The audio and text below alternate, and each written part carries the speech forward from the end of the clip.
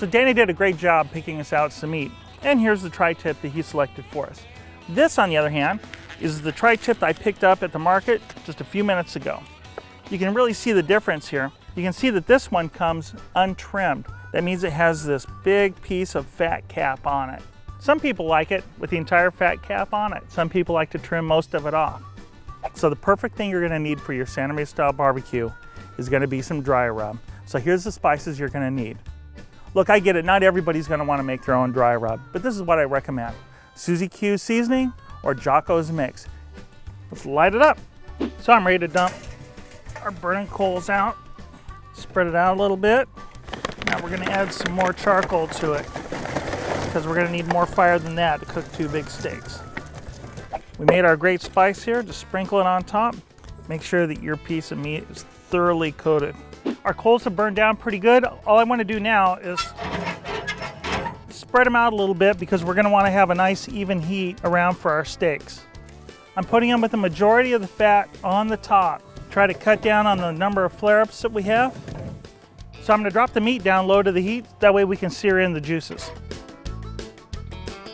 Time to turn this puppy. Again, we're just trying to sear in the juices a little bit. We got a nice color going on it. We got a little flame underneath it. I'm okay with that. So we got both sides seared in. I'm gonna raise up the grill some. Now we're gonna slow cook it. We're gonna give it about maybe 20 minutes or so like this. So the big question always is, how do you know when your tri-tip's done? One way is just kind of push down on top of the meat with your fork. The other way, of course, is to stick a meat thermometer in there. Let's see how we're doing. We're shooting for about 128 on the center. And then of course the third way is to give it a cut and take a look at it. Some people will tell you, oh no, look at that. That's all red in there, that thing isn't even close. We're able to reach our temperature level up here in the high 120s. And what I'm gonna do now is I'm gonna pull both pieces of meat off. So we've got our meat resting inside of that container. We're gonna give it about, I don't know, maybe 5 or 10 minutes. Now what we're gonna do is called a cross cut. As you can see by the close-up here, the grain of the meat kind of goes this direction. So we're gonna cut across this way. It'll make it a little easier to cut and a little more appetizing. Most people make it about maybe 1/2 inch or so. Some people like it a lot more thin. If you're making sandwiches, you wanna make it nice and thin. Look at that, it's so tasty. I'm gonna have a little bite. Oh, that's good.